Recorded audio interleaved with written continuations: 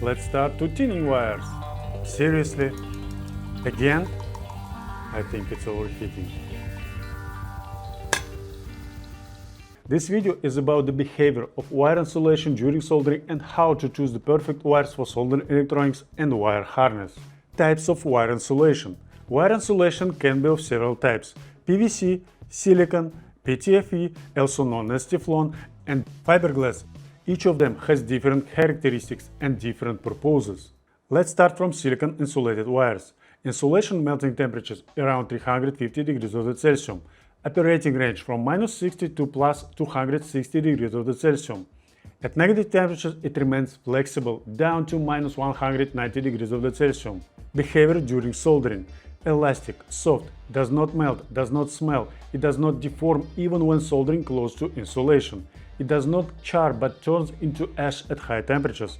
Often use it in assembling household and regular electronics. Medium chemical resistance, not resistance to oil and petroleum products. What are the advantages?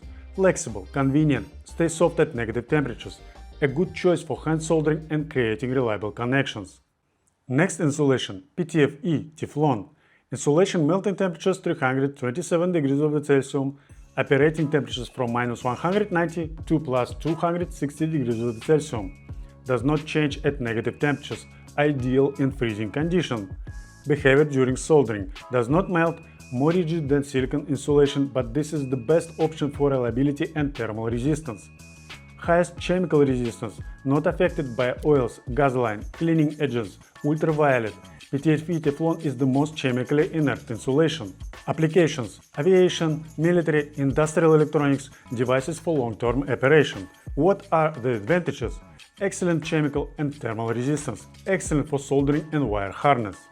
Next insulation, fiberglass with wire varnish. The insulation can withstand more than 500 degrees Celsius. Operating temperatures from -60 to plus 500 degrees Celsius. Behavior during soldering. Withstands everything, does not melt at all, but frays when stripped.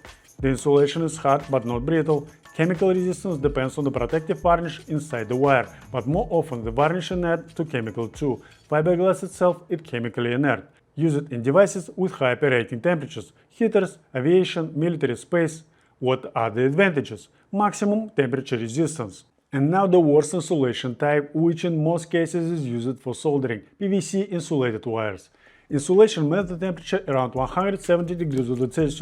You can tin this wire without damaging the insulation. Operating range from -10 to plus 105 degrees Celsius. At negative temperatures become rigid, cracks and breaks.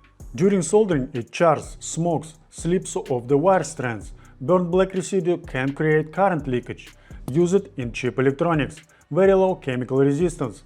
Damaged by gasoline, alcohol, cleaning agents, aged from sunlight, ultraviolet. When exposed to high temperatures, plastic penetrates between the strands, complicating soldering and degrading the quality of solder joint. It is better to avoid using wires with PVC insulation.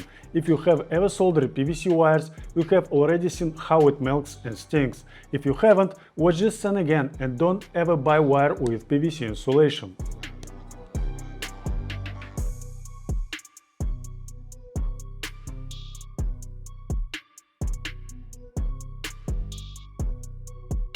Write in the comments which type of wire insulation you use, what problems have encountered. This is very important for everyone who will be reading the comments. Next topic, which wire should you choose for soldering to PCB and using wire harness? It all depends on the task and the actual ability to buy the right wire. If you need consultation, don't hesitate to text me, the link for consultation in the description.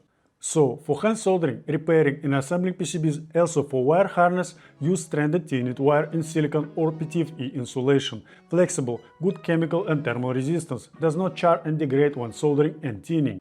For reliable electronics, only PTFE Teflon. PTFE is slightly more expensive, but if you are making electronics for long-term operation, is the best choice. Fiberglass for super extreme operating conditions, where PTFE and silicone insulation cannot withstand very high temperatures. If your electronics operate at high temperatures, then fiberglass wire insulation is your choice. As for PVC wires, I recommend forgetting them. Don't use PVC wire for soldering. They look like wire, but they bring constant problems during work. As for conductor itself, ideally you should consider buying tinted wires. Their advantage is that the copper is already protected from oxidation. This is a big plus when storing the wires before you buy it, and a huge plus after installing the wire into a device. Right now, like this video and subscribe to my YouTube channel. Turn on notifications so you don't miss the next videos. I make my videos so that you get more real value and common sense. In the description, you will find links to my Instagram and Telegram. Support my channel on Patreon. For those who want to use high-quality soldering flux, you will find links to my diamond flux products also in the description. Thank you for watching. See you next video.